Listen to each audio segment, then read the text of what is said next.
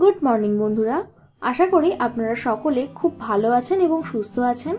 আজকে আবার একটা নতুন রেসিপির মাধ্যমে কুকস এন্ড কম্প্যানিয়নে আপনাদের সবাইকে স্বাগত জানাচ্ছি।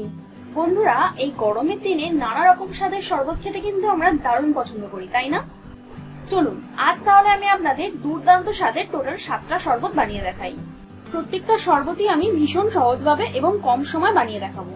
তার মধ্যে সব শেষে আমি যেটা বানাবো সেটা হবে সবথেকে হেলদি এবং টেস্টি। ভিডিওটা কিন্তু অবশ্যই শেষ অবধি দেখবেন। চলুন তাহলে শুরু করি।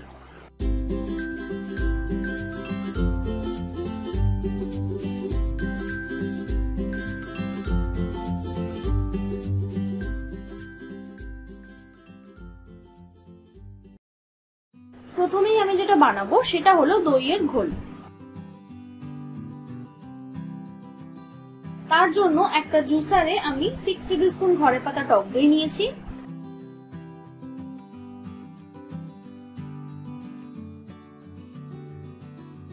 তার সাথে নেব 3 টেবিলস্পুন চিনি আর হাফ টিস্পুন বিট নুন। এবার এটাকে 1 গ্লাস ঠান্ডা জল দিয়ে ব্লেন্ড করলে হয়ে যাবে ঘোল, আর শুধু ব্লেন্ড করলে হয়ে যাবে লস্যি। এই দেখুন, খুব সহজে ঠান্ডা ঠান্ডা পারফেক্ট দইয়ের ঘোল একদম তৈরি। এই দেখুন, এটা আমি একটা গ্লাসে ঢেলে নিচ্ছি।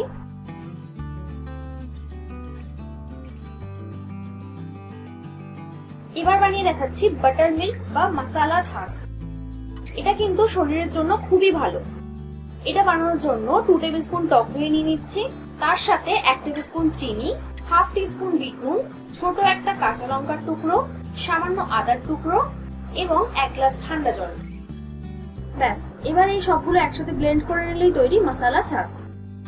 এটা একদম হেলদি বানানোর জন্য চিনিটা বাদ দিতে পারেন। এই দেখুন, এটা আমি একটা গ্লাসে ঢেলে নিচ্ছি। উপর থেকে আমি একটু ভাজা জিরে গুঁড়ো স্প্রিংকেল করে দেব।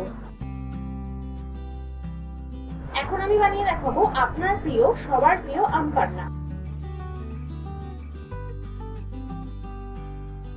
এটা বানানোর জন্য কিছু কাঁচা আমের টুকরো 5 মিনিটের জন্য বয়েল করে নিতে হবে। আপনি চাইলে একটা গোটা আম প্রেসার কুকারে সিটি দিতে পারেন অথবা গ্যাসে পুড়িয়েও নিতে পারেন। এই দেখুন, আমি কিছু আমের টুকরো চামচের মধ্যে নিয়ে একটু স্ম্যাশ করে দেখাচ্ছি। এটা যখন এই পর্যায়ে সেদ্ধ হয়ে যাবে তখনই এটা নামিয়ে ঠান্ডা করে নিতে হবে। ঠান্ডা হয়ে যাওয়ার পর একটা জুসারের মধ্যে আমটা নিয়ে নিচ্ছি, আর নিয়ে নিচ্ছি কিছু ফ্রেশ পুদিনা পাতা, ছোট একটা কাঁচা লঙ্কার টুকরো, সামান্য আদার টুকরো, 1 টিস্পুন বিট নুন, 2 টেবিলস্পুন চিনি ও হাফ টিস্পুন ভাজা জিরে গুঁড়ো। এবার এটাকে সামান্য জল দিয়ে ভালো করে ব্লেন্ড করে নেব। এই দেখুন, এটা ঠিক এইরকম হয়ে যাবে। তারপর এটাকে 1 গ্লাস ঠান্ডা জল দিয়ে ব্লেন্ড করে নিলেই কিন্তু আম পান্না একদম তৈরি। আম পান্না হজমের জন্য খুবই উপকারী একটা শরবত, আপনারা অবশ্যই খাবেন। এবার আমি বানিয়ে দেখাবো কাঁচা আমের শরবত। এটাও কিন্তু খেতে দারুণ টেস্টি হয়। এটা বানানোর জন্য জুসারে কিছু কাঁচা আমের টুকরো নিয়ে নেব, সাথে নিয়ে নেব 2 টেবিলস্পুন চিনি, 1 টিস্পুন বিট নুন, 1 টিস্পুন জলজিরা ও হাফ পাতিলেবুর রস।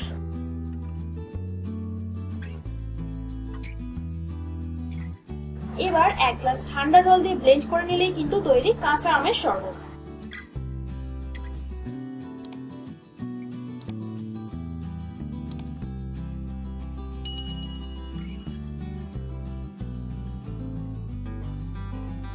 এবার বানিয়ে দেখাচ্ছি মিঠা পুদিনা। খুবই সহজ। এটা বানানোর জন্য 8 থেকে 10টা ফ্রেশ পুদিনা পাতা নিয়ে নিচ্ছি, তার সাথে একটা গোটা লেবুর রস,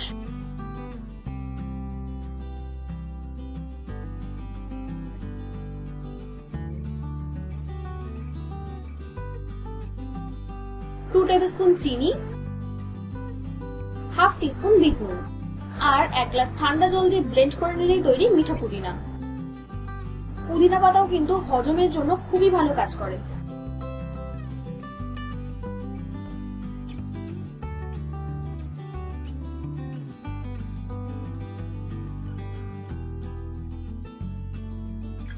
এবার বানাবো লেবু জলজিরার শরবত।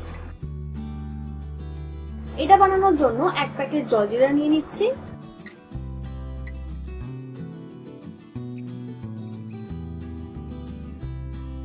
আর নিয়ে নিচ্ছি হাফ পাতিলেবুর রস,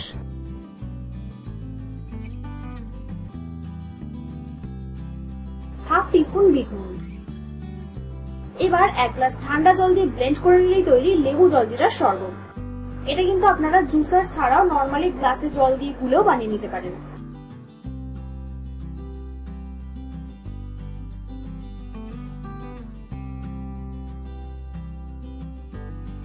অবশেষে এবার বানিয়ে দেখাবো জ্যাগারি পাঞ্চ বা গুড়ের শরবত। এটা কিন্তু ন্যাচারালি আপনার পেটকে ঠান্ডা রাখবে এবং খুবই স্বাস্থ্যকর।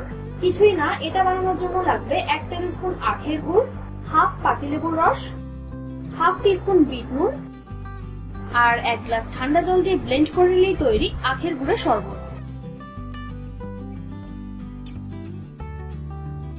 কি বলেছিলাম তো, এটা সবথেকে সহজ এবং হেলদি হবে।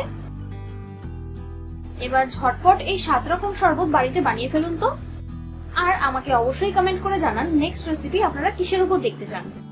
ভিডিওটা ভালো লাগলে একটা লাইক করবেন আর সাবস্ক্রাইব করে আমাকে আরো উৎসাহ দিন, যাতে এই রকম ভালো ভালো রেসিপি আপনাদের কাছে প্রতিনিয়ত আনতে পারি।